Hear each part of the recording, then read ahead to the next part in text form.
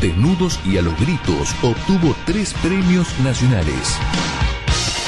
Lanín de Oro a Mejor Programa de Entretenimiento en Radio y Silvia Ramos de Barton obtuvo 2 premios federales. Faro de Oro a la Mejor Conducción Femenina en Radio y Premio Raíces 2015 a la trayectoria en los medios de comunicación. Desnudos y a los gritos. No te lo pierdas todos los jueves de 19 a 20:30 horas en Radio Sentidos, www.radiosentidos.com.ar. Mucho más que radio.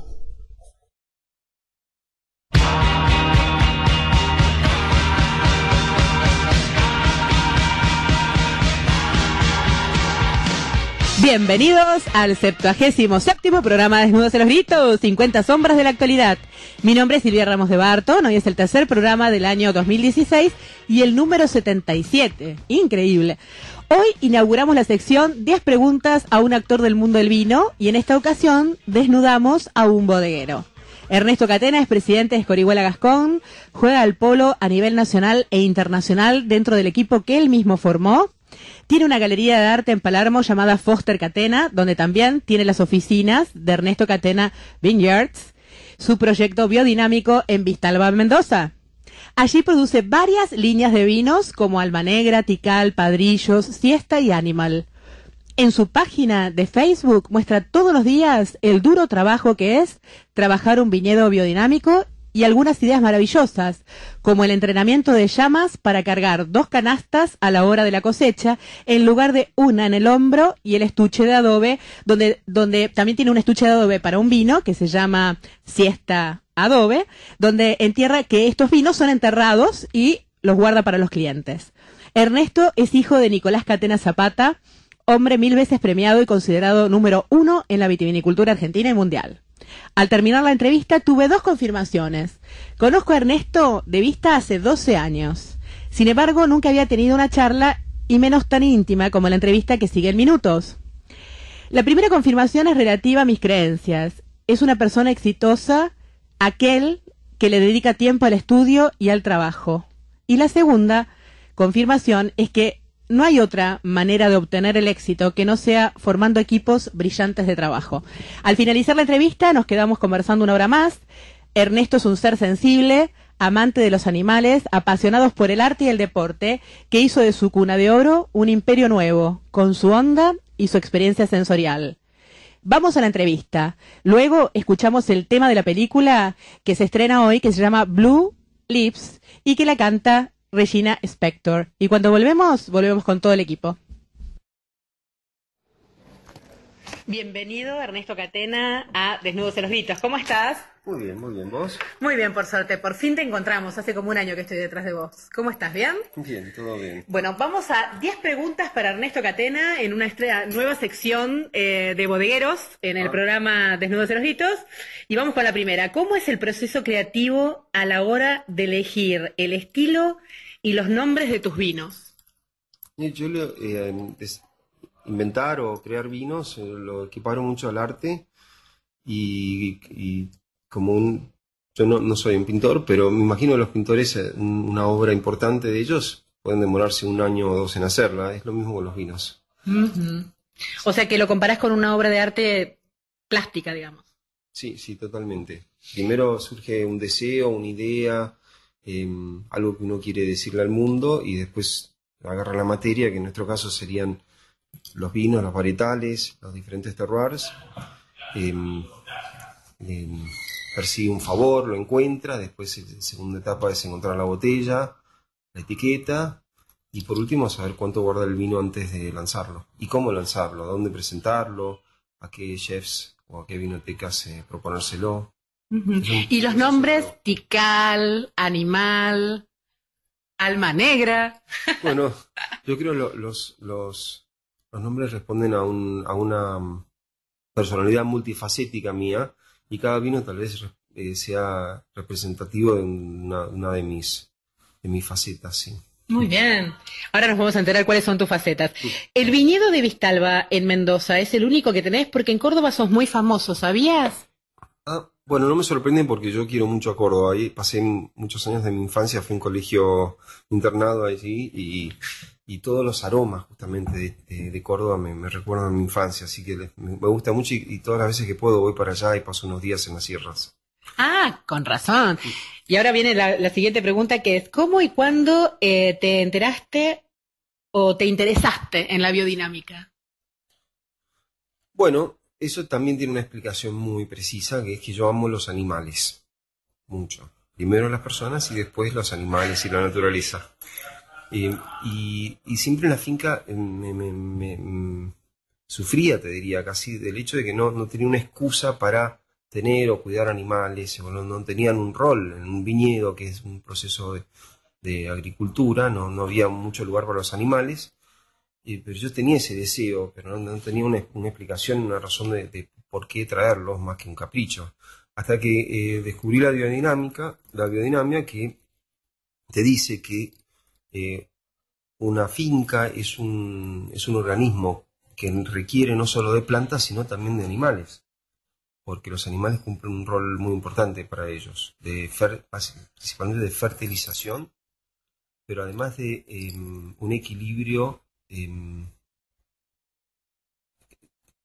crean un ambiente donde no hay ningún exceso de plagas, que es un gran peligro en la finca, las hormigas, los hongos, un montón de insectos que te pueden dañar el viñedo. Si vos tenés en tu viñedo un equilibrio natural que incluye al reino animal, van a haber menos plagas. Entonces no vas a necesitar poner pesticidas, que para mí es algo muy importante. El animal camina al viñedo y además se usa el guano, ¿no es cierto?, para algunos preparados biodinámicos, que es como una homeopatía para las plantas. Sí, nosotros tenemos unas 20 vacas ahí, unas cuantas, sí, es bastante, y llamas también, 15. Tenemos además gallinas, y todas ellas ayudan al compost, como dijiste vos, pero también a lo que yo te hablaba del equilibrio. Por ejemplo, nosotros dejamos muchos yuyos sueltos, dejamos crecer los yuyos, que es algo, es casi como un sacrilegio para los principios ortodoxos de la agronomía. Y dentro de ese microambiente surgen las arañas, las víboras, los sapos, y todo eso controla lo que te dije, el desequilibrio que puede traerte problemas en la viña. Muy bien. ¿Y cuáles son los pros y los contras de un viñedo sustentable, biodinámico? Y el contra es muy simple, es el precio. Ser sustentable es bastante más caro. Muy caro. Y después el esfuerzo humano. Toda la gente que trabaja en mi empresa tiene que hacer un esfuerzo extra para lograr producir uvas sin la ayuda de agroquímicos. Es mucho más trabajo, no solo económico, sino mental. Es mucho esfuerzo. Mucho esfuerzo mental, mucho esfuerzo de muchas manos, ¿no es cierto? Y además, acá la eminencia es Diego Bergelín. ¿Es él la persona que te ayuda o tenés otra persona que ayuda en la biodinamia, en los compuestos homeopáticos de la tierra? No, Diego nos ha ayudado. Mira, hay toda una serie de gente que nos han ayudado, asesores, amigos. Nuestro asesor ahora está en Salta. Ya te diría que ya hemos aprendido lo suficiente como para la biodinamia manejarlo solos, pero una vez por año, cada 2 años, viene algún experto a darnos su impresión de la finca y ideas de cómo mejorarla. ¿Conociste a Nicolás Joly? No lo conocí, pero he leído sus libros y lo he escuchado hablar en YouTube, tiene unos videos muy interesantes. Sí. ¿Qué le sucede a la botella de vino del Gran Siesta Adobe al quitarlo de su estuche de tierra? Bueno, idealmente nuestro objetivo es que se mantenga en más tiempo. Este es un vino, justamente como dice el nombre, es un vino hecho para guardar, para dormir. Se tiene que dormir una larga siesta ese vino. Supuestamente cuando se despierte va a estar riquísimo. ¿Y cuál fue la primera cosecha? ¿Cuándo fue el primer vino que sacaste? Ay, qué pregunta, a ver. Y tendrán 15 años. Pero wow. El tema es que nos lo tomamos nosotros o nuestros clientes. No sé, por eso los enterramos. Tenemos muchos enterrados, justamente para no tentarnos y que nos duren más. Pero nuestra idea es que el cliente guarde el vino. Muy bien. Porque si lo tuviéramos que guardar todos nosotros no tendríamos suficiente espacio. Tu línea Alma Negra es tu obsesión. ¿Por qué? Alma Negra refleja una idea mía de que las cosas hay que sentirlas más que pensarlas. Entonces, el Alma Negra no dice de qué está hecho. Y la razón de eso es que queremos que el que tome nuestro vino lo juzgue sin pensar, simplemente con el sabor del vino. Muy bien. Que no use el razonamiento, sino la parte sensorial de su ser. Yo he estado en reuniones con sommelier colegas, catando tus vinos y sacando los coupage. Creo que algunos tengo, ¿eh? No traje las notas ahora de cata, pero algunos creo que saqué. Después otro día que nos veamos. El problema es que nunca nadie va a saber la verdad. Nunca lo vamos a poder confirmar. No, pero justamente esa es la idea, que no saber de qué está hecho. Muy bien. Es como el misterio. Para mí el misterio es un concepto muy, muy fuerte y muy lindo de la vida. No saber todo. El poder vivir sin saber todo. Sí, perfecto. Además es la condición humana, creo, al final. Claro, un misterio. Sí. Exacto. ¿Qué estudiaste en Londres y qué estudiaste en Estados Unidos? Bueno, primero estudié en Estados Unidos. A los 17 años hice la universidad allá, volví a Argentina, trabajé.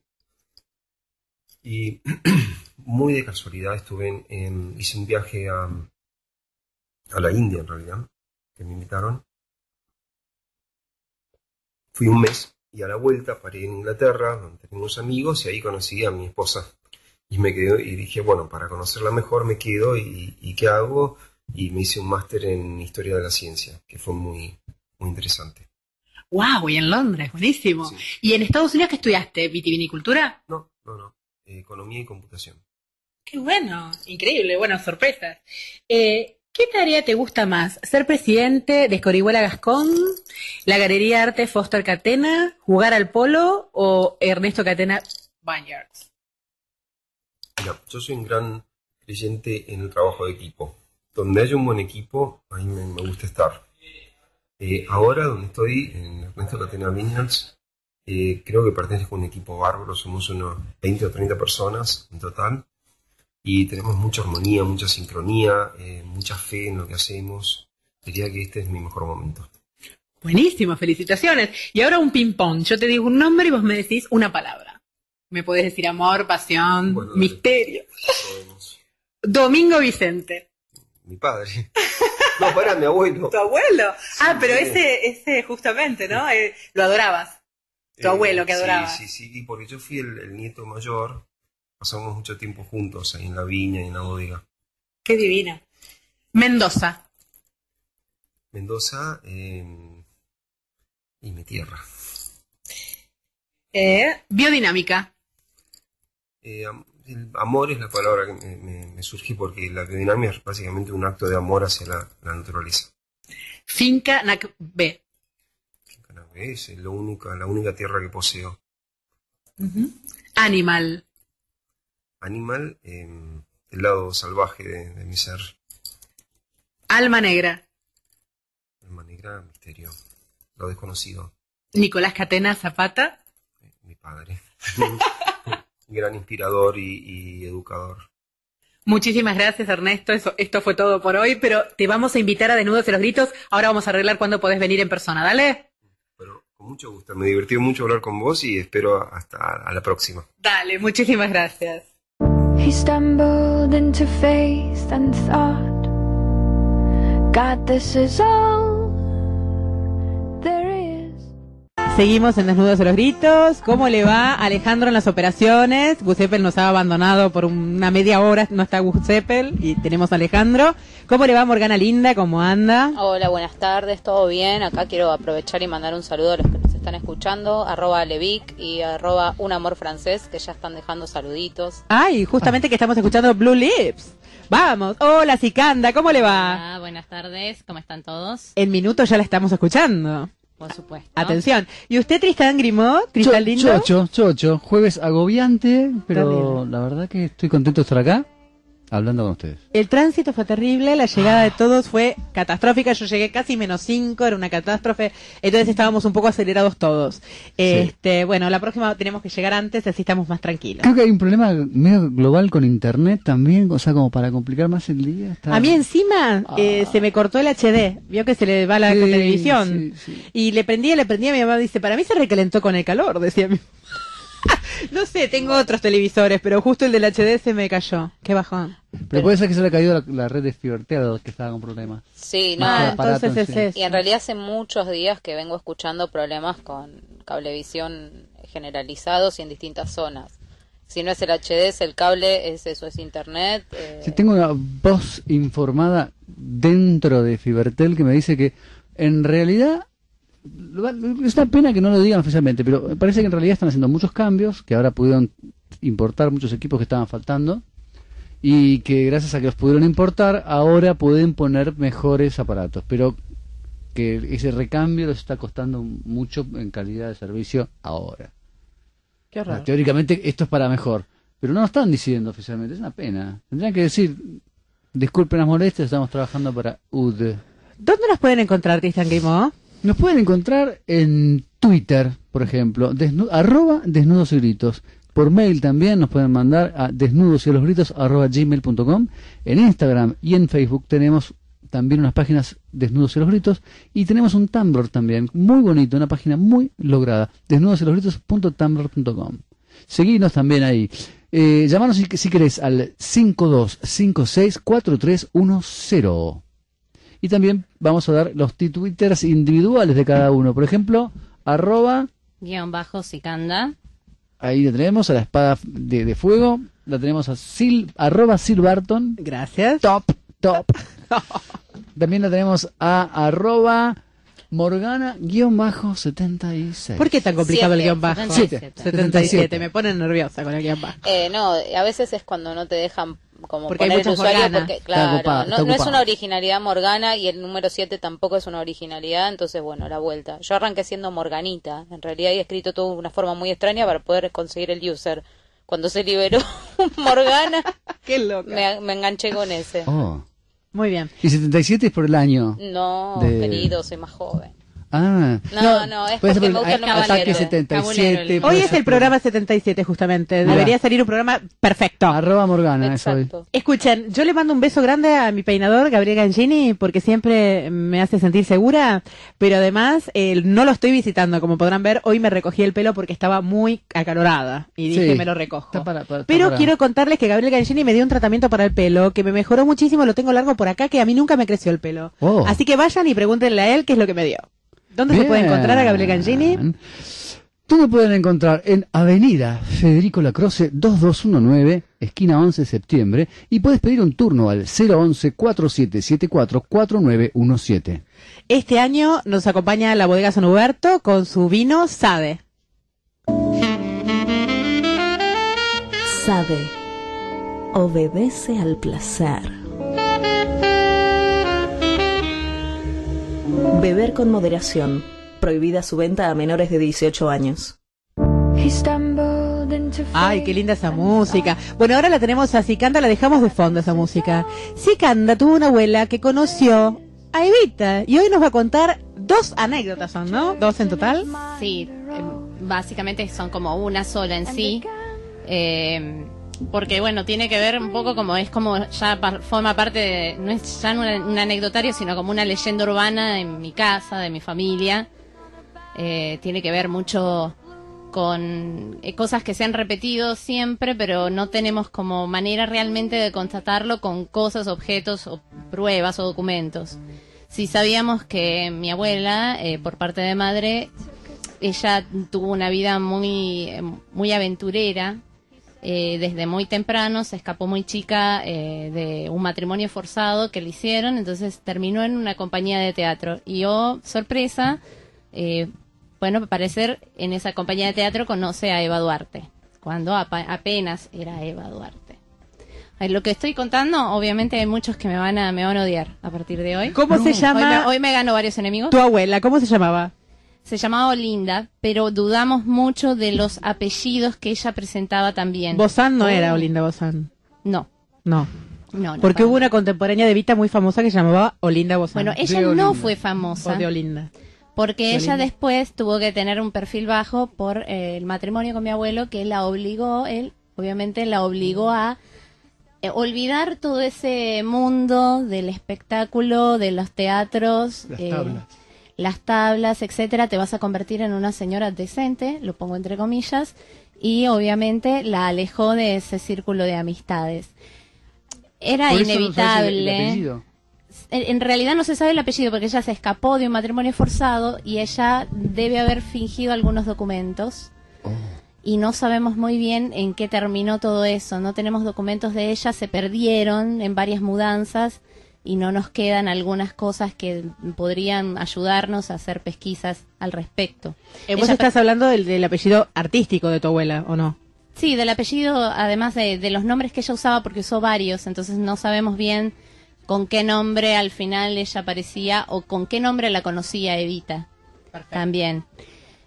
Bueno, el tema es que ella conoce a Eva y a Libertad Lamarque en estas compañías de teatro del interior.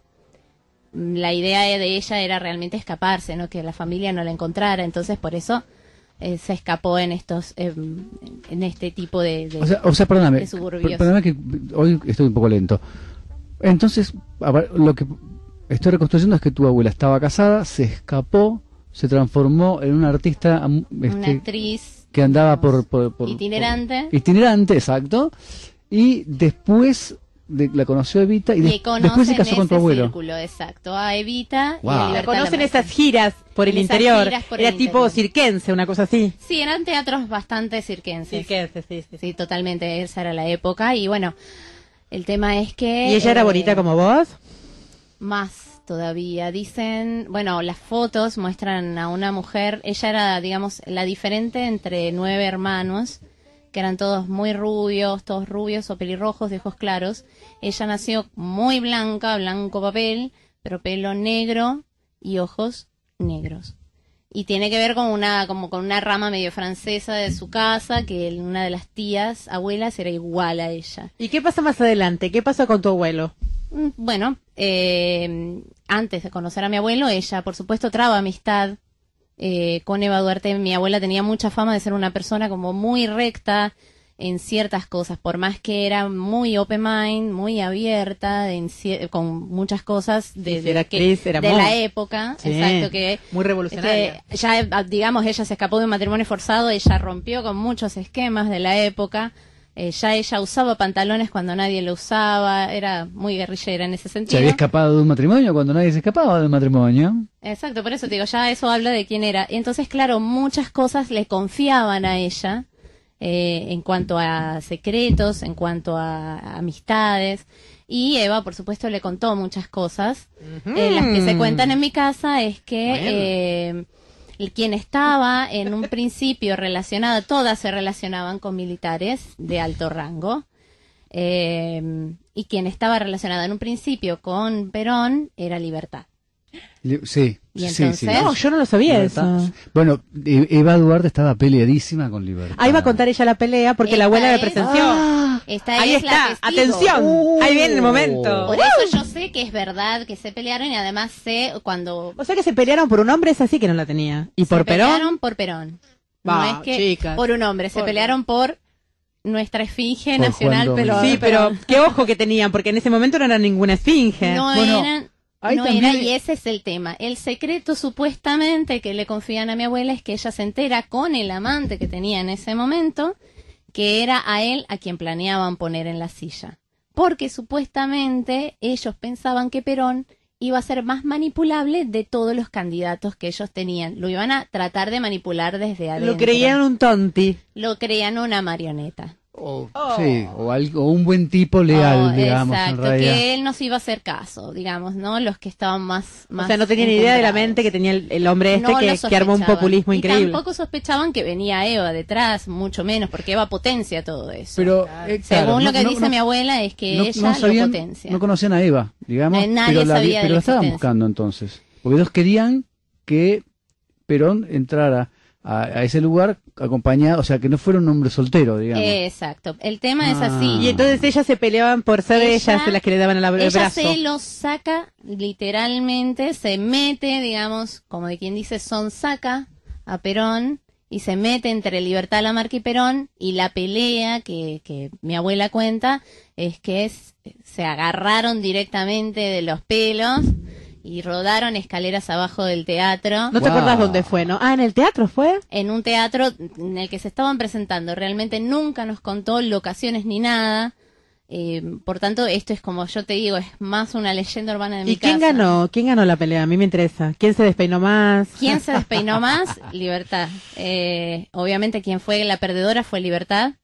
No en la pelea física, pero sí en la pelea... en ambas, final. tengo entendido, porque dicen la que pelea Eva física sabía defenderse. Eva sí era de la... Bueno, lo que no por yo nada tengo- era amiga de mi abuela. Tenían brazos. No puedo creer que tengo algunos datos para aportarte del otro lado, porque hay un rumor que empezó a armarse, empezó a desparramarse ahora, y yo me imagino que Silvia... Silvia Mercado, gracias. Silvia Mercado debe estar muy interesada en esto. Yo algo pesqué de lo que está empezando a filtrarse, y es que aparentemente Perón, como vos estás contando, aparentemente Perón no fue un encuentro casual, sino que estaban buscándole una mujer para que Perón pudiera presentarse como un candidato presidencial. Porque Correcto. Bueno, pero si no Libertad estaba Lamarque casado- era una estrella en ese momento y Evita era nadie. No, todavía ninguna de las dos estaba muy bien no, posicionada. todavía no. Estamos hablando de la estaba prehistoria. Libertad tenía un poco más chicos. de amplitud. Ella era la estrella en realidad en la compañía. Lo que me imagino que debe haber pasado. ¿Vos tenés algún dato? Ay, Nos están vamos. haciendo gestos. Ahí viene. Oh, Vino nuestro... No, momento, nos tenemos que ir a la pausa porque ya son 1:30. no. Sí. Bueno, queda algo por contar, lo podemos contar al final del programa y tenemos al público atento al final del programa que Sí. volvemos a vos y Sí, contás sí, ese sí, pedacito. sí. Dale. Dale. Lo que falta, lo de tu abuelo que me encanta del mercado. Esa parte me encanta. Bueno, escuchen. Ahora nos vamos a un corte, a escuchar a Sheila Bang, canta Bang Bang, que es de la película Conexión Marsella, que se estrena hoy también, que el soundtrack, estoy con el inglés, pero el soundtrack es terrible de bueno, por favor busquen. La película se llama Conexión Marsella, búsquenlo al soundtrack, por Dios. Y esta canción es divina. Vamos a escuchar esta canción y viene Nacho Montes de Oca a hablar de Churrísimo. Elisis. ¡Vamos! ¡Venga! Et je tomberai bang bang, et ce bruit-là bang bang, je ne l'oublierai pas.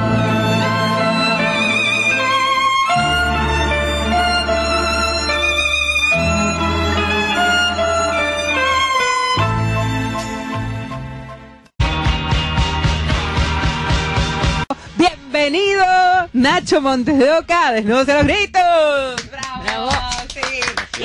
Estuvimos discutiendo en la pausa si seguimos hablando de Perón, que es tan interesante, o pasamos al tema del día que era Elisis, y bueno, decidimos seguir con Perón. Sí, Perón. ¿Por qué? Porque es en nuestro karma nacional. Sí, señor. Entonces, estábamos hablando que Evita era como la candidata perfecta para que Perón sea presidente, que iba a ser manipulable para todo el peronismo, Pensaba y Evita el era partido un buen militar. decorado, digamos. Nunca imaginaron qué pasó. Y entonces, Nacho, ¿qué nos contabas vos en A ver. el corte? La vinculación entre Perón y Evita surge a partir de que Perón se había interesado por el trabajo de Evita en un doble sentido, en el trabajo que hacía en Radio Belgrano. Se interesó por la figura, porque era una mujer bellísima, y porque además, para ese momento, Evita ya había empezado a había empezado a ejercer la actividad sindical. Fue la primera en organizar la actividad gremial de los actores. Y de hecho, a partir del año 43, Evita era una muy eficaz colaboradora de la propaganda del golpe del 43, de los puntos de vista, de las ideas centrales, y Ya estaba a Perón le venía aprobada perfecto. por el GO, entonces. Y ya venía aprobada sí, por el sí, GO. claro que sí. Porque Claro que después Perón la usó para pelearse con el GO muchas veces. Hay el general Con el GO que los es presenta, el general que par- presenta a Evita y a Perón en las jornadas estas de solidaridad con con las víctimas del terremoto de San Juan. No me sale el apellido en este momento, pero ese mismo general, ese mismo coronel que era del GO, es el que se había hecho cargo de la oficina de propaganda del régimen en el año 43. De manera que Claro. no es que Evita era una figura más, era una figura de la propaganda del golpe. Y aparte compartía las ideas de Perón. comparemos la posibilidad de estar frente a una Libertad Lamarque que tenía una figura propia, un brillo propio y además un criterio muy particular que no se casaba con nadie, y tener a Evita, que era una admiradora de Perón y que además cerraba perfecta la figura, era una trabajadora que había llegado del mundo de lo humilde, que entendía de política, que militaba en política, y ligarlo a Perón, que para ese momento era, después de la muerte de su primera mujer, era un picaflor. Un soltero. Y era un soltero, y era un soltero codiciado. Totalmente. Además. Codiciado, además, por lo que contaba mi abuela, que sí, que todas lo miraban. Exactamente. Y claro, bueno, lo que cuenta mi abuela es que a partir de que ella se casa, mi abuela se casa con mi abuelo, ella se retira de este mundo y solamente la ve a Eva en contadas ocasiones cuando Eva iba y le alquilaba, o sea, no era que era como que le hipotecaba joyas que le habían regalado a ella ya antes algunos ex amantes. Y sabía, cuando estaba apurada de dinero, sabía que mi abuela se había casado con alguien con mucho dinero y ese era el problema, ¿no? O sea, tenía como un secreto mi abuela en el cual ella siempre mantenía cosas y una unión con Eva, porque Eva sabía que mi abuela era de ley y no le iba a robar, digamos, las joyas que ella le empeñaba y le gustaban mucho sus regalos, ¿no? Y además, desde el punto de vista de Evita, convenía ligarse con el poder porque también tenía que cerrar un capítulo de su historia que era bastante polémico, que era el romance con Pedro Quartucci. De lo que me hablaron toda la vida en casa, que sí existió el romance, que no solamente es verdad, sino que la hija que supuestamente estaba muerta es hija de Pedro Quartucci y que además Pedro se la lleva a Uruguay. De Pedro Quartucci con Eva. Con Eva, exacto. Y que la cría como una hija más de su matrimonio en Uruguay. O sea que en Uruguay existe una mujer hoy en día que debe tener 70 años, que es la hija de Eva y Quartucci. Ella apareció en el 94, por ahí, en un programa de Susana Jiménez, y ahí es cuando todos en casa confirmamos más o menos que todas las historias que nos han contado es verdad. Ella apareció en el programa de Susana y Susana decía, ¿quién nos puede confirmar esto? Y todos en casa levantábamos la mano. Acá, hola, ¿cómo están? Pero, digamos, no hay pruebas tangibles y habría que hacerle el ADN y las hermanas de ella consintieron para... Lo que hubiese sido un problema legal porque si hubiese una hija de Evita sería la heredera... La heredera de todo. De todo. De todo. Y no le podrían haber pasado los bienes a los hermanos de Perón y a tantos otros. Pero no era una heredera moral. Ella en realidad ella no reclama nada. Creo que lo que decía en el programa de Susana era eso, que no reclamaba nada, sino ser realmente reconocida y pasa todo como una cuestión de herencia moral. Exacto. A ella. ¿Perón era estéril? Según las fuentes más confiables, sí, y lo que más se puede acercar a un relato cierto es que Perón sufre durante el viaje a Italia, durante una excursión de alpinismo, un golpe que le provoca un daño irreparable en la próstata. Oh. Y a partir de ahí, esto lo hablé con dos médicos que atendieron a Perón y con el biógrafo de Perón, con Enrique Pavón Pereira. Y el viaje a Italia es cuando él viaja en la Segunda Guerra Mundial. Durante la Segunda Guerra Mundial, en un viaje político disfrazado de aprendizaje y observación. Agregado militar de parte del Eje. Él era un agregado en Italia destinado a estudiar la situación política en Europa mientras empezaba la Segunda Guerra Mundial, pero la pantalla es que era una suerte de agregado oficioso militar en Italia con la misión de estudiar cómo trabajaban las tropas alpinas, pero la realidad es que hizo 3 cursos en las tropas alpinas y después siguió estando ahí. Y ahí aprendió cómo armar el populismo, ayer con Del Duce. Lo contó acá Silvia Mercado, ¿se acuerdan? Sí. Que contó que él cuando estuvo en Italia entendió bien cómo era el armado del discurso y el armado del relato para hacer populismo y que la gente le crea y hacen otra cosa, ¿no? Sin citarlo textualmente, dijo, he aprendido en la Italia de Mussolini lo que deseo para mi propio país y lo que me dispongo a hacer cuando regrese. Exactamente. Claro. Ahora, ¿vos cómo sabés tanto, Nacho Montes de Oca, de Perón, de el ISIS, él fue uno de los 2 periodistas que descubrió la estafa de las cunitas de Aníbal Fernández, y estás escribiendo un libro? ¿Qué estás escribiendo actualmente? Estoy escribiendo una historia sobre el fascismo argentino, o sea, cuál es el grado de fascismo que tenemos los argentinos a través del paso del tiempo.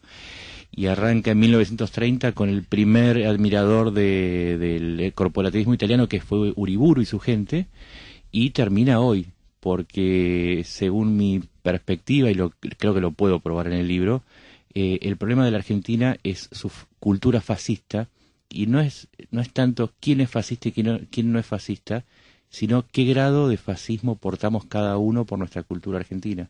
¿No fue lo que dijo Oriana Falachi? El argentino tiene un enano fascista cuando yo era chica, que veía el Neustadt a los 17 años. El problema es que a veces es el enano más alto del mundo, el que tenemos muchos, y lo digo porque prefiero que hablemos en plural.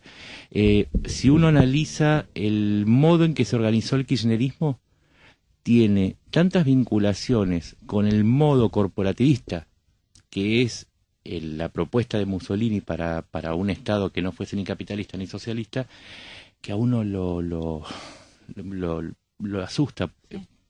Por ejemplo, el fascismo decía, tiene que haber un líder iluminado, que es un líder providencial que llegó a salvar a la patria. Pongámosle nombre, cada uno le pone su nombre. Después decía, no existe otro partido político que el partido de gobierno, porque ninguno representa tan cabalmente los valores patrióticos como el nuestro. Pensemos, pongámosle un nombre, cada uno se lo pone. El uso de la propaganda, la persecución de la prensa disidente, el uso de la violencia legitimada a través de grupos que no responden al Estado pero que son apoyados por el Estado, la persecución de los medios. Todo esto era el Estado fascista. Y el invento de un enemigo que es más grande que ellos, que en este caso fue Clarín. El invento ese del enemigo es típico del fascista. Busca un enemigo que sea más grande que ellos como para mostrar su poder. Siempre es un enemigo que va mutando y que es tan poderoso que, como no se lo puede demostrar, obliga al ciudadano a enrolarse en una lucha que casualmente es liderada por el líder supremo y llevada adelante por el Estado, con lo cual no solo se militariza la sociedad en el sentido de la militancia, ahora sí, pensemos la palabra militancia donde viene, sino que además no admite que haya personas fuera de ese conflicto. Entonces, todo lo que hacemos está inscrito en esa lucha. Lo que decimos, lo que pensamos, lo que consumimos, lo que dejamos de consumir, lo que escuchamos, lo que leemos. Eso es el Estado fascista. Y yo apuesto a que esto no nació con Perón, nació con Sarmiento. ¿Vos qué opinás? Lo que pasa, yo diría que nació más bien con Francia, con el fin de la crisis del Estado capitalista en 1870, cuando el capitalismo ya no tiene soluciones, y desde Francia primero y luego desde Alemania empieza a surgir un movimiento que empieza a reemplazar la idea de Dios por la idea de patria. Entonces, convierte a la política en una religión. Correcto. Y ahora vamos a la otra parte. El fascismo es la traducción de, ahora vamos a ver cómo llegamos a Lisis mágicamente, es la traducción de las ideas religiosas más fanáticas a el patriotismo. Reemplazamos a Dios por la bandera y a Dios por el país. Lo unificamos. Tenemos lugares de culto, tenemos reglas que cumplir, preceptos, mandamientos, tenemos herejes. El que se sale de ahí es un pecador. Exacto. Y la herejía mayor es, por ejemplo, pisotear la bandera aunque no te des cuenta. Bueno, han bailado el himno. Entonces, un horror desde el punto de vista de protocolo y ceremoniales. El horror, yo nunca vi ese horror en mi vida. O sea, ¿a quién se le ocurre bailar el himno? ¿Entendés lo que o sea, es una cosa, y se dicen patriotas. No es. En los detalles está la verdad. En los detalles está la verdad. Bueno, pero la gente de Lisis no comete esos errores porque muere. Bueno, pero acá tenemos la segunda oleada. Si decimos que está resurgiendo, el ISIS es parte de un fenómeno mundial. Sí. Es la segunda oleada del fanatismo nacionalista por una crisis muy grave que tiene el capitalismo para dar respuestas frente a los sectores más desfavorecidos y frente a crisis globales. No significa que esta crisis sea terminal, porque ya dijeron que el capitalismo se muere, le dieron varias veces el rock que se moría también. Pero cuando expresa problemas muy graves aparecen de nuevo los fanatismos. Y el ISIS es solamente una parte de este fenómeno. Que sean tan radicalizados, lo que está indicando es que la sociedad global está llegando a un punto de ebullición muy problemático. Se va a superar. Mientras tanto, el ISIS sigue existiendo. Pero el ¿Es una respuesta a la globalización? El ISIS es es el síntoma. La enfermedad es el fanatismo global. Y si ustedes analizan al ISIS frente a otros grupos, por ejemplo en África, por ejemplo si quieren en Estados Unidos, los grupos supremacistas blancos, si analizan lo que pasa en Rusia, Ustedes me dicen, sí, es terrible el ISIS tirando homosexuales desde una terraza. Bueno, yo los invito a que vean lo que hacen en Rusia con los homosexuales. No, ¿en serio? En Rusia los apalean y hay grupos neonazis que directamente los golpean hasta morir. Y es tan grave como lo que hace el ISIS. Lo que pasa es que el ISIS... Perdón, y están bastante apañados por el sistema que mira para otro lado. Por el Putin. Estado. Ujú. El Estado Justo el mismo. Sí. Es Putin. lo más, Encima se llama homofóbico. Putin. Putin se llama. Sí. Bueno, son la broma, Ironías de la vida. las bromas Son que las hace... ironías de la vida. Para mí son bromas que hace Dios. Pero si, Totalmente. después veamos las ejecuciones. Ustedes me dicen, es terrible cómo el ISIS se ejecuta. Yo los invito a que vean hace unos años lo que pasaba en Yugoslavia. Sí. En Yugoslavia Es era lo que dice igual. Eve Ensler en los monólogos de la vagina. Cuando ella habla, dice, todo el mundo se horroriza de lo que pasaba en la antigua Yugoslavia, que usaban las violaciones como técnica de guerra sistemática. Y ella dice, aquí, en este país, estamos hablando de Estados Unidos, y técnicamente no estamos en guerra, se ocurren de 700 a 1000 violaciones diarias, y no se denuncian, Sí. y no pasa nada, nadie se le mueve un pelo. Y la otra diferencia con el ISIS es que no está hecho por un Estado-nación, lo cual asusta, porque Tienen un territorio. casualmente empiezan estos grupos a actuar cuando se establece el Tribunal de la Haya, que dice, bueno, a partir de ahora vamos a empezar a hacer unos Nuremberg nuevos, tenemos que empezar a juzgar a los estados, a las cabezas de los estados y a sus cómplices, porque no se puede tolerar más el caso de Yugoslavia o el caso de las matanzas en África. Aparecen estos grupos que asustan porque ¿cuál es su capital? ¿Cuál es su bandera? ¿A dónde perseguirlos? O sea, ¿a quién bloquear? Se trata de grupos totalmente inorgánicos. Justamente al no poder hacerse desde un Estado-nación, se hace desde un grupo totalmente inorgánico, como es el ISIS. ¿Es cierto que les molesta que les llamen, en vez de ISIS, Daesh?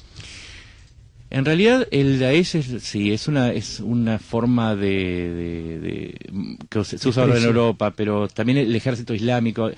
Lo que pasa es que el ISIS no es un grupo. Sí. Hay que entenderlo como Al-Qaeda. Es una confederación de grupos sunitas. Sunitas es una parte del Islam, pero es el 87%, es la mayoría. La mayoría. Pero dentro del ISIS, Daesh o el ejército islámico, como uno quiera llamarlo, existen grupos que, si bien son sunitas, también tienen componentes chiitas y que están aliados y que son capaces de cometer las mismas atrocidades. Ahora, del otro lado también tenemos sunitas. Y del otro lado tenemos otros grupos. Es muy difícil entender claro, el ISIS es mix. un grupo de fanáticos que han decidido aprovechar las técnicas modernas para hacerse famosos y crear una suerte de recreación de el califato omeya que en su momento llegó hasta Europa y a conquistar el sur de Europa.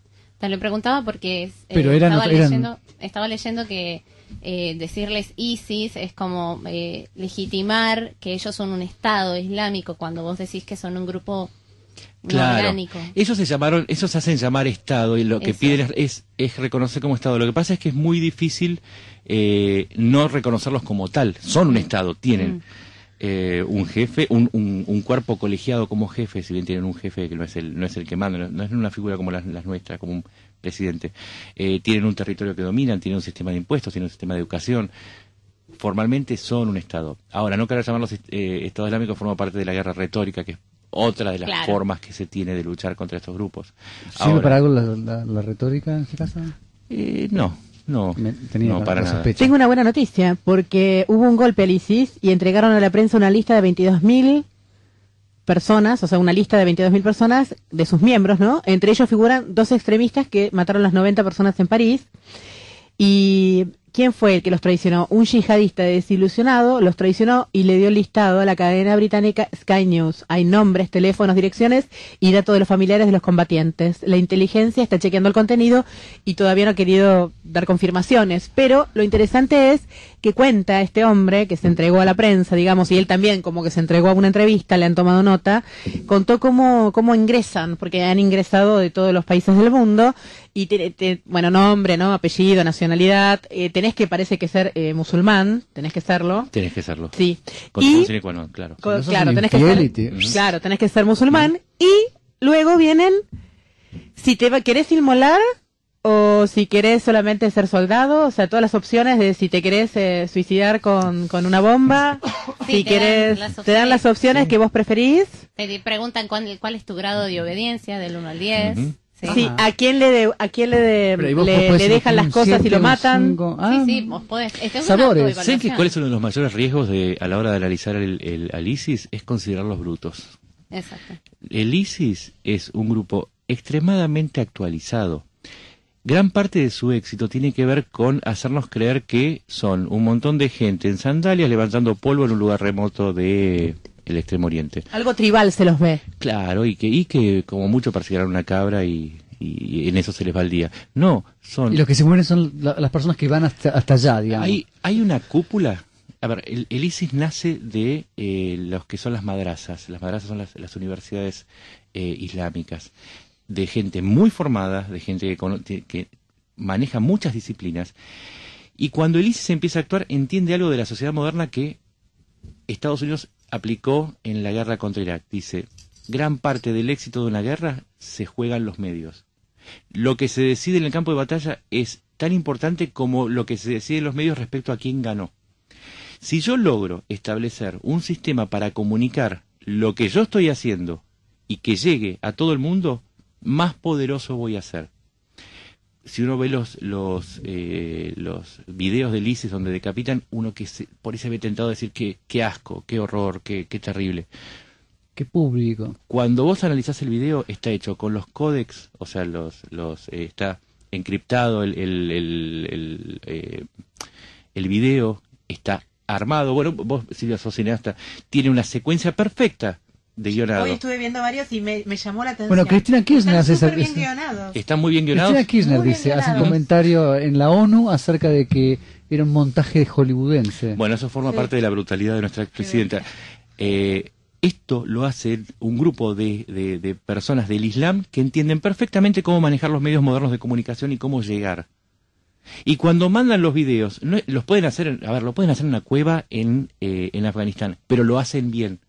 Y cuando los hacen circular, entienden perfectamente cómo viralizar una noticia. Bueno, una decapitación es bastante viralizable. ¿Cómo hacer para que una decapitación llegue con el mensaje correcto, sin que queden en una decapitación así nomás? Porque decapitaciones, yo te puedo decir que este ejercicio lo hice. Hay muchas atrocidades en YouTube, por ejemplo. Ahora, ¿cómo lograr una firma tal, cómo lograr un marketing terrorista tal, que te permita posicionarte como un grupo mucho más poderoso de lo que sos realmente? ¿Cómo lográs instalar la idea de que sos un grupo al que hay que temer? Porque si vos me decís, bien, mataron a un montón de personas en París, ¿eso es la consecuencia de un marketing terrorista o no? Porque han logrado captar mucha más gente a partir de esta política de comunicación frente a lo que es un mundo islámico totalmente retrógrado a lo que es la cultura occidental moderna. Ellos dicen, ok, nosotros nos vamos a oponer a lo moderno, pero son solamente un puente entre la barbarie... pero con sus herramientas. Claro. En vez de, piensen ustedes, si yo lanzo una bomba y nadie se entera, es una bomba lanzada al cohete. Si yo lanzo una bomba y la ven 100 millones de personas, esa bomba vale mucho más que aquella. O sea que es un terrorismo más mediático. Por gente que entiende muy bien. Gente que, por supuesto. Que entiende muy bien y gente que está muy actualizada.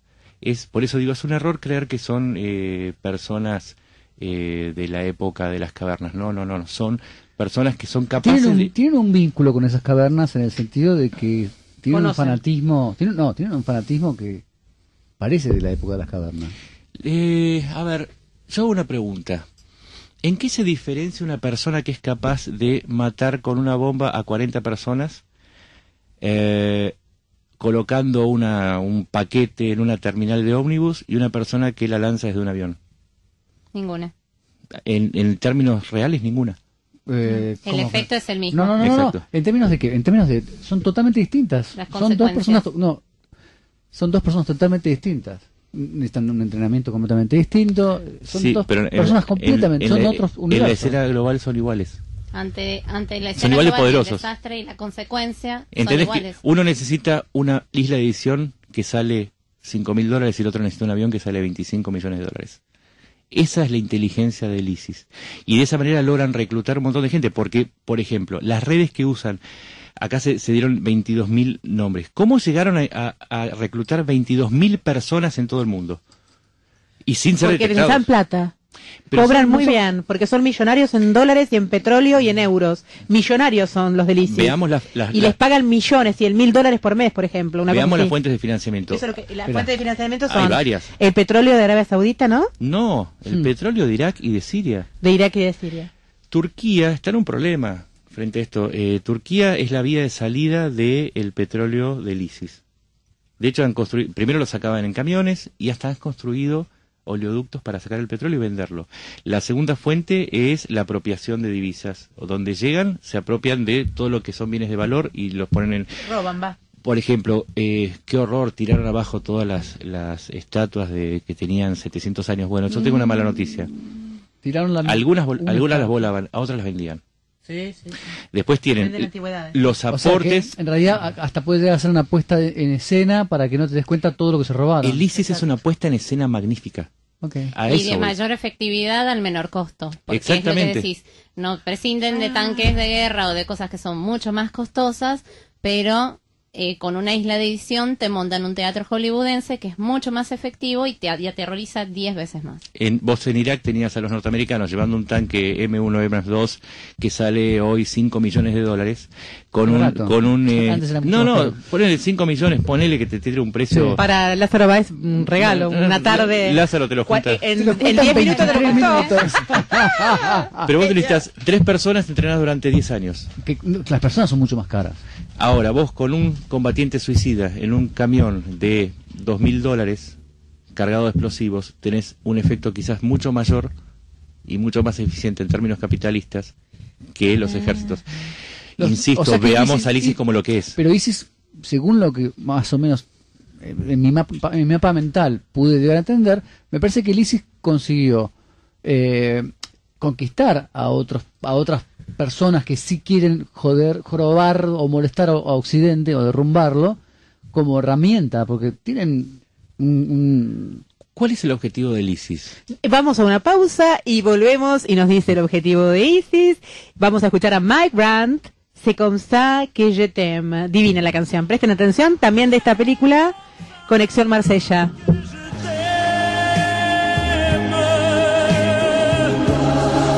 Comme un Dieu qui se meurt.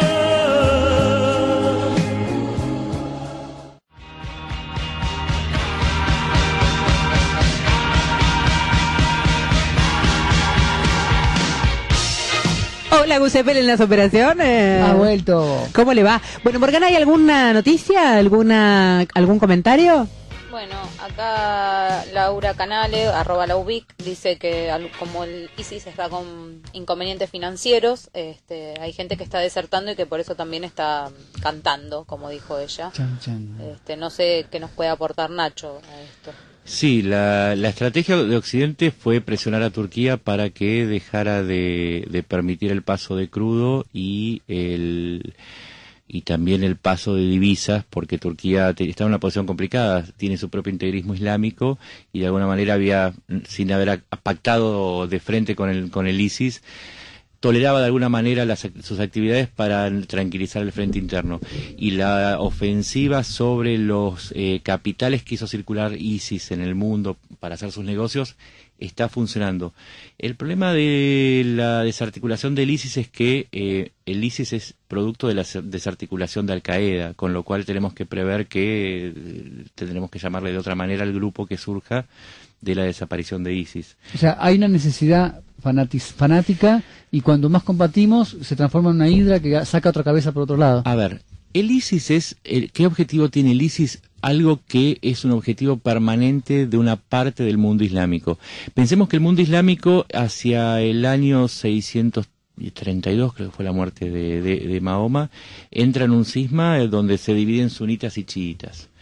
Los sunitas, cuando toman el poder del movimiento islámico, logran lo que se llama el califato de Omeya, que fue el momento de mayor esplendor del Islam, que es cuando llegan al sur desde el sur de España conquistan España, conquistan cae Constantinopla, llegaron a ser un imperio global. Era un imperio, pero además de gente que sabía matemáticas, No, era claro. gente muy refinada. especializada. Ni se parecen a los fanáticos de hoy. Claro, tenían un desarrollo Convivían las tanto religiones. militar como tecnológico importantísimo. E intelectual. Y Los intelectual, vamos exacto. a decir que los números que tenemos hoy, Los números son todos arábigos, árabes. Ujú. no Exacto. son romanos. Gran parte de las Y la matemáticas. arquitectura, una belleza. La matemática árabe era mucho mejor La que la romana.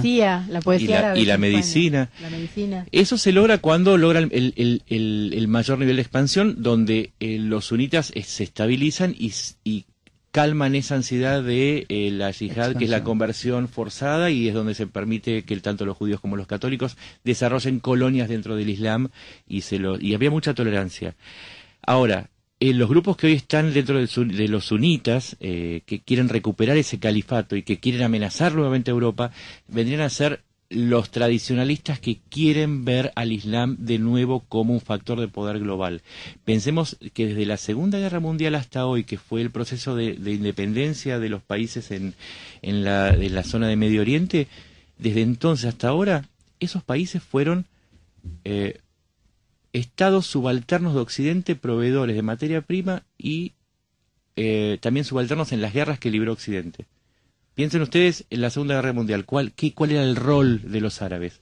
Proveer de petróleo a unos, soldados a otros. Termina la Segunda Guerra Mundial, la descolonización. Eran soldados en la Guerra Fría, de Oriente unos, de Occidente otros. Lo que necesitan los sunitas es tener una capacidad propia como actor global. El ISIS representa la facción más radicalizada de ese deseo. Mientras tanto, si uno sale del ISIS, ve que los países siguen peleándose, los países árabes, entre los países petroleros, los países que quieren tener una ideología propia, que quieren tener un Islam más moderado. A ver, vamos a poner otro ejemplo. Siria, la masacre en Siria. No se produce porque si pensemos que no es solamente porque alguien va y pone plata para que vengan unos guerrilleros y empiecen a volar y así nace el ISIS. Tanto Siria como Irak, casualmente dos países destruidos, eran la avanzada del bahaísmo. El bahaísmo era la interpretación que hacían los países árabes del socialismo. ¿Y qué decían? Se puede ser islámico y se puede ser moderno. También Irán entró en una época y Afganistán. Sí. Irán más que... Es la época que cuenta Persépolis. La época esa modernista que tuvo. Con mujeres bañándose en bikini en las playas, 66, con 70. ingenieros, abogados, un acercamiento Irán a Occidente. era un país muy occidental. Era muy El más occidental. de todos, me parece. Ese intento por integrarse a Occidente desde una perspectiva occidental fracasa, y lo que hace el integrismo es atacar los dos países donde más se había avanzado en ese sentido. El tercer país es Irán, que desde el año 79, creo que es, ya cayó en las manos del fundamentalismo, de la mano de los ayatolás. Todo el Medio Oriente era el terreno de pruebas de las dos grandes potencias que se peleaban, si no estoy entendiendo mal. Creo que hay Exacto. mucho resentimiento en ese sentido. Kipling lo llamaba el gran juego entre Rusia y Occidente. Sí, y la clave de ese gran juego es Siria. Siria es un estado que por su ubicación y por la composición política y religiosa y social siempre fue la llave para manejar esta zona de Oriente, luego relativizado con la aparición de Israel. Pero ahora bien, ¿por qué contamos lo de Siria? Porque Siria fue un intento del Islam de sumarse a el concierto de naciones desde una perspectiva moderna. Fracasado esto, es el lugar ideal para que los sectores integristas ataquen el núcleo de esa idea, que no te podés integrar como occidental, y si querés hacer un imperio, un neoimperio islámico, lo tenés que hacer desde el punto de vista más radicalizado, desde la religión, no desde la modernidad. Lo que hoy se pelea en Israel, en Siria y en Irak es eso. Es decir, que todo el núcleo del problema de ellos es no terminar occidentalizándose, no terminar modernizándose, porque va en contra de lo que ellos creen que ellos son verdaderamente. Con lo que fueron. Por eso el califato omeya sirve como referencia histórica. Por eso hay que entender al ISIS como parte de un proceso histórico. Si vos ves el ISIS, ¿qué es lo que quiere? Quiere volver a un pasado glorioso. Volvemos a la vieja idea de que el pasado rige al presente de una manera, en forma de cultura. Me parece que es la mejor forma de entender el pasado. Yo creo que lo que vos estás diciendo coincide con algo que yo estoy viendo sola pensando en casa. Vos fíjate que los musulmanes conquistaron África, ya tienen a toda África conquistada. Ahora por el tema de los refugiados, por mala suerte, tienen conquistado Europa. Yo creo que no es casual que hayan atacado Siria y que hayan salido todos corriendo, porque es como ponerle una bomba a un hormiguero y mandarlos a todos enfocados a Europa. O sea, vos pensás que Europa estaba pensada en ser musulmana en el 2050 y lo es desde el año pasado. O sea, adelantaron 40 años o 35 años de que Europa sea musulmana, porque la relación entre los 10 hijos que tienen los musulmanes con el -1 que tienen los europeos iba a generar al 2050 que Europa fuera musulmana, pero ya lo es desde el año pasado. O sea que, según este pensamiento que tengo yo, una fantasía, ¿apuntarán ahora a Estados Unidos y después a Sudamérica? ¿Hasta tomarlo todo? Dos cosas. Primero, vos pensá que lo que te estoy contando de la lucha cultural entre modernidad y cómo adaptarse al mundo, si es desde la religión o desde lo moderno, se traslada a cualquier refugiado sirio en Europa. Vos tenés un ingeniero y dice, ok, yo me crié al estilo de vida occidental. ¿Dónde encajo más? ¿En este país me aceptará o no me aceptará? ¿Me mandará a un campo de refugiados? ¿Me dará trabajo?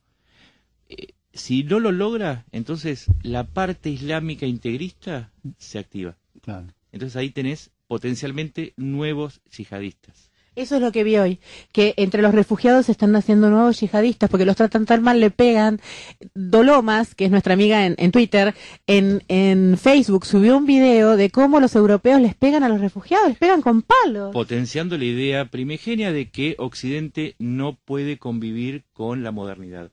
Entonces volvés al punto de vista de los integristas de decir, bueno, muchachos, entonces si Occidente no los acepta, es el enemigo. Y las nuevas generaciones, que se pueden establecer los padres, pero las nuevas generaciones van a decir, bueno, pero si yo acá no tengo ningún futuro.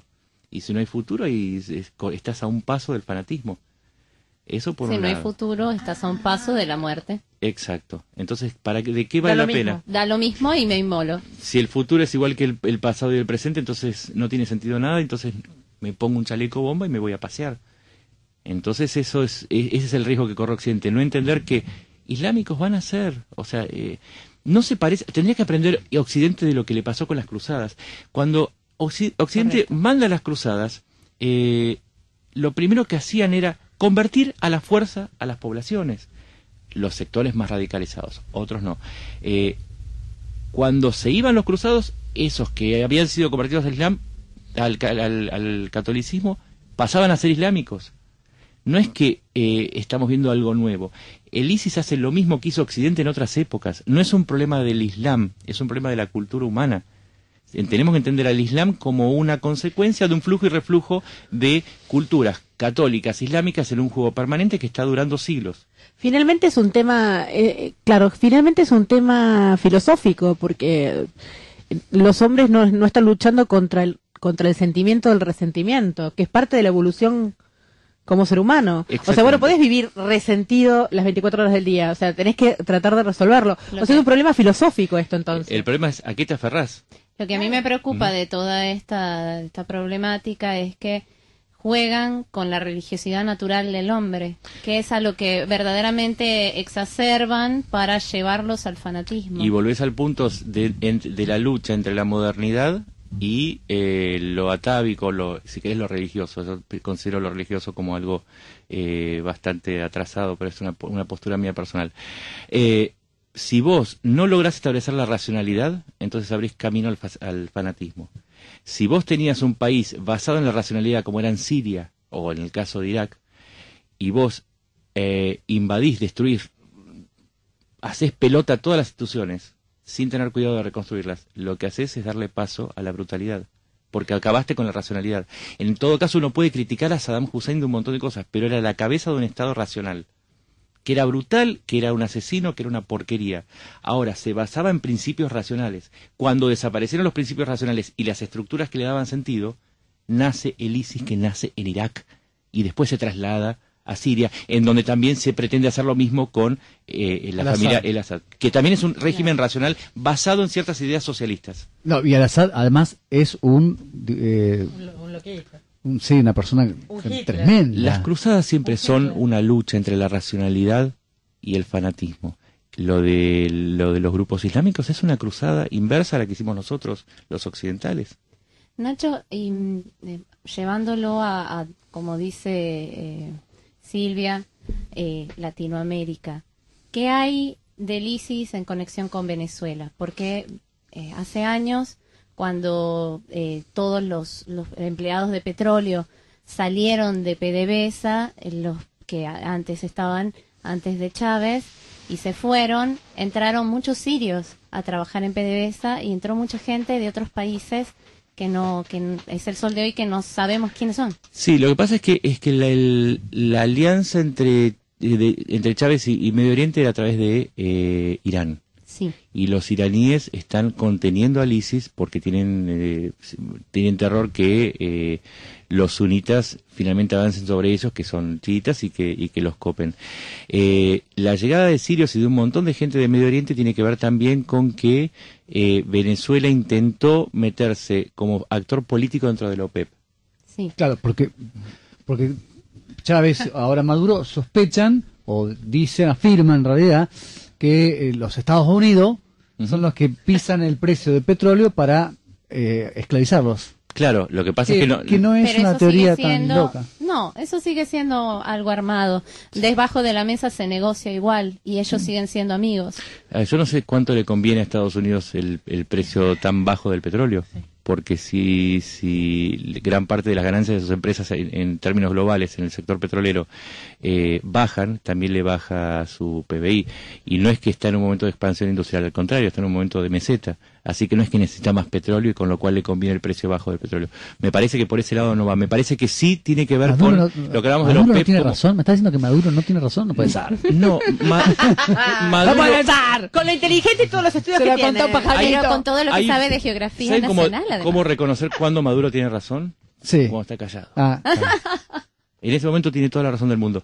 Y para cerrar la idea, cuando Chávez intenta convertirse en un actor global, también la apuesta que hace es a reemplazar todo ese know-how que recibía de Estados Unidos para la explotación petrolera de parte de los estados árabes, y no le salió bien. De hecho, hoy la producción de PDVSA está a la baja y es no solamente ineficiente, sino que llevó a que por primera vez, yo conozco Venezuela, por primera vez dejara de ser una tontería cargar nafta. Como para darles un ejemplo, es como vos cargabas el tanque lleno de un auto norteamericano, de esos que consumen un litro cada 2 pasos, y lo llenabas con $5.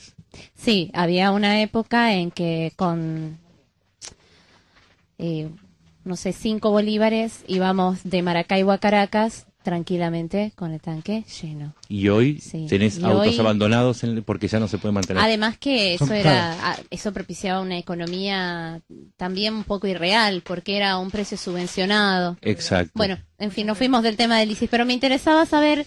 Perdón, pero tiene que ver Venezuela con el ISIS. Tiene mucho que ver Venezuela con el ISIS. Porque el fanatismo, en la versión latinoamericana, se llama chavismo. Chavismo, eso era lo que quería. ¿A dónde quería llegar? Exactamente. Volvemos. Chavismo, kirchnerismo, ¿qué más tenemos? Tenemos en la lucha entre la racionalidad. Puede estar coqueteando con el ISIS a pesar de que a Irán no le conviene.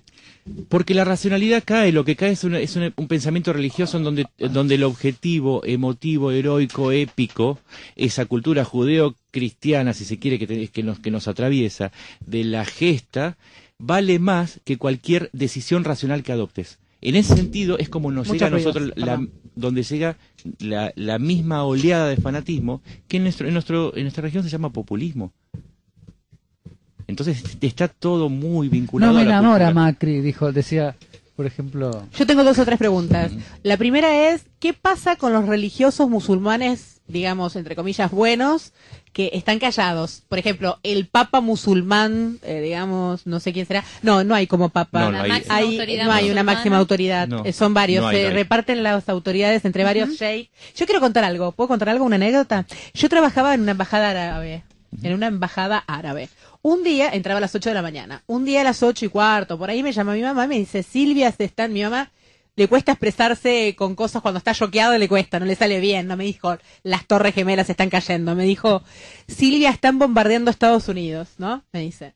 ¿Cómo le digo? ¿Qué me estás diciendo? Que le vayas y le digas al embajador que ponga en la tele porque están bombardeando Estados Unidos. Ay, por Dios. Buah. Mamá, ¿estás segura? No, te lo digo, están todos los canales, están, se cae una cosa, no le salía la torre. Bueno, entonces yo corro al escritorio del embajador, le digo, discúlpeme si podemos prender la tele, que mi mamá dice que están bombardeando Estados Unidos. La cara de felicidad del hombre, no te puedo explicar, la cara de felicidad. Yo te voy a relatar ahora que pasaron muchos años y no tengo relación con ellos, los detalles que yo vi. Entonces el hombre prende la tele y en el momento que la prende, al minuto, cae la otra torre, porque viste que fue transmitido en vivo la segunda torre. Le digo, las Torres Gemelas, no puedo creerlo. Entonces vienen toda la embajada, las mujeres con los turbantes, vienen todas las mujeres, todos los hombres, y yo cometo el error que digo, este fue Bin Laden. No lo conocía nadie, Bin Laden, en esa época.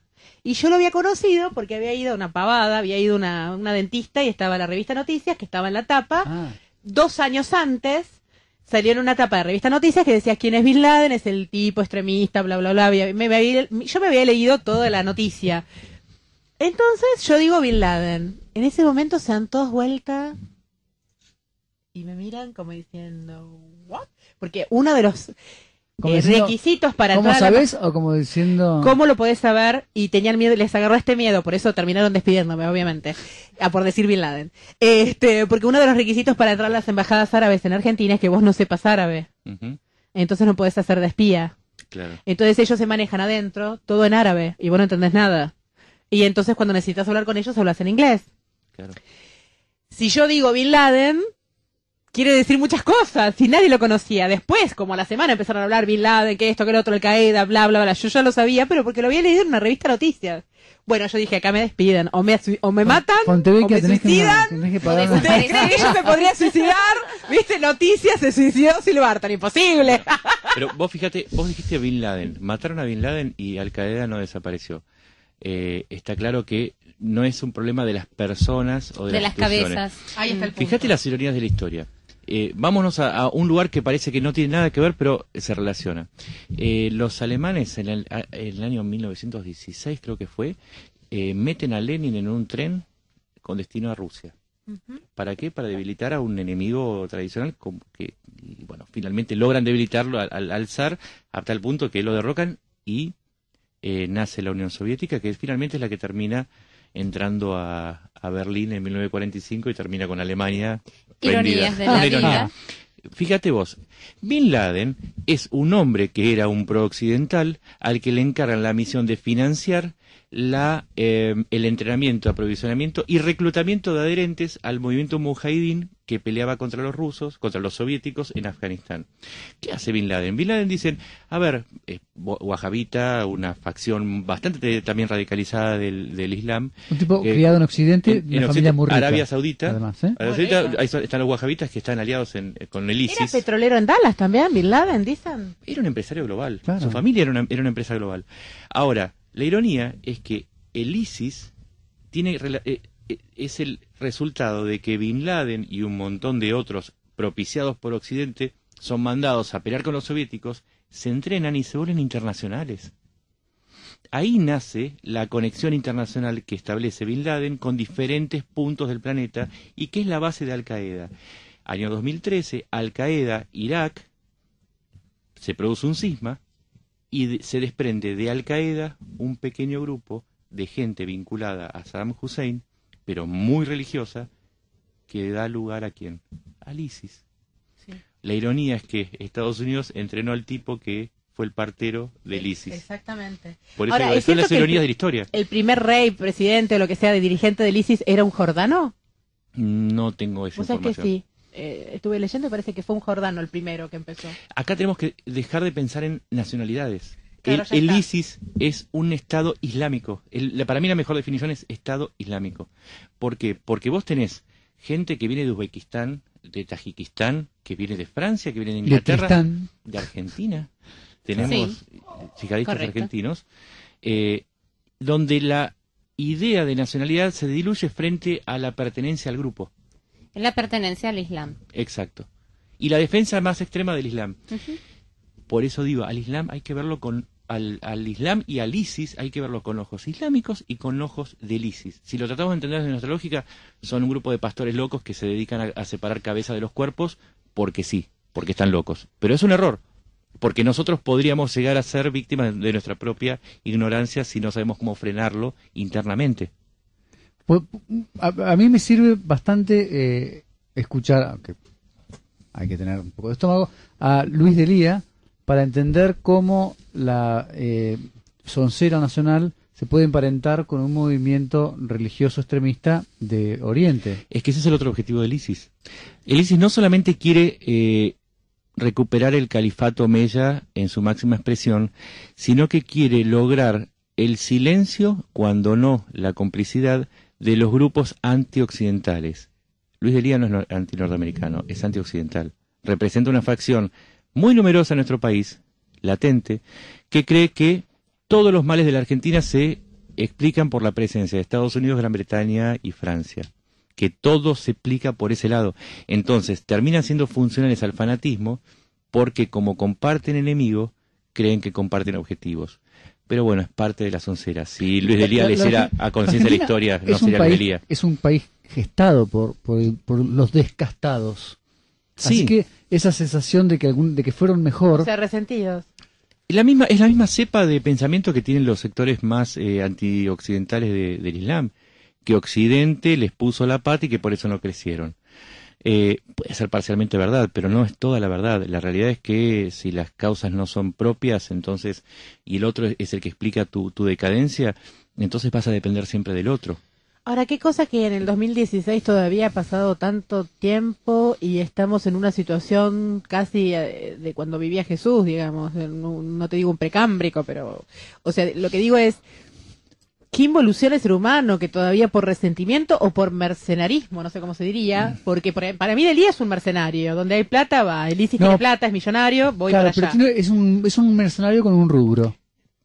Sí, tiene que tener una motivación. Vos al mercenario no lo contratás porque sí, tiene que tener una motivación más allá del dinero, porque si no se dedicaría a otra cosa.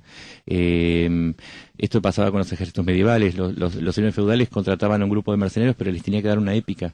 Esto no se cuenta mucho. No es que iban a atacar el castillo enemigo porque le ponías plata, le tenías que dar un motivo también. Hay una princesa encerrada. Claro. Entonces ahí... La gran batalla por Helena. Claro. Todo esto se resume es la batalla por Helena. Y en el caso de tipos como Delía, y la idea, esto es un mandato que tenemos incorporado los argentinos, que tenemos que seguir una lucha que viene de nuestros padres contra un enemigo siempre poderoso. Volvemos al fascismo, ¿no? Ese enemigo todopoderoso que explica nuestros males desde afuera y que nos salva de la culpa de no resolverlo internamente o desde adentro de cada uno. Es perfecto tener el enemigo en Estados Unidos. Mira, no lo podés derrotar, no lo podés enfrentar, no lo podés debatir porque tampoco te escucha. Entonces estás en una lucha permanente. Si estás en una lucha permanente, entonces ya está. Ahora vos fíjate, épico. los kirchneristas, pobre gente, me da pena. No, te juro que hay un punto donde me dan pena. Y acá cerramos. Los kirchneristas que... Hoy se estrena Kung Fu Panda, entre paréntesis. ¡Vamos, Kung Fu Panda! Yo me siento re Kung Fu Panda. ¡Vamos! Escúchame, lo adoro. Me voy ahora mismo a verla, mira lo que te digo. Viene mi marido a buscarme y nos vamos a ver Kung Fu Panda. Escúchame. Ya me olvidé lo que iba a decir, no importa. Mire el vino que tenemos de regalo, Nacho. Muchas Le gracias. vamos a regalar el verdadero vino que nos auspicia, que es el SADE. Y si hablamos de SADE, bueno, es perfecto. Vamos, claro. A ver, estamos hablando. No anda. Perfecto. Uno, sí. Ahí está, SADE, ¿vio?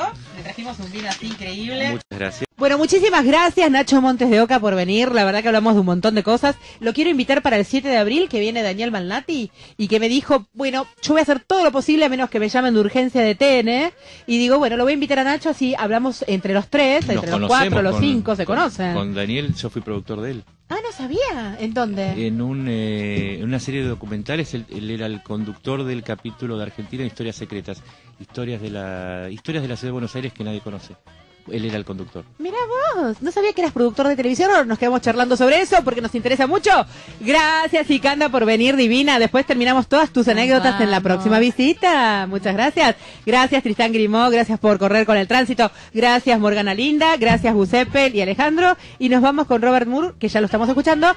Everything's gonna be alright. Miren qué buena canción, todo va a estar bien. Hasta el jueves que viene.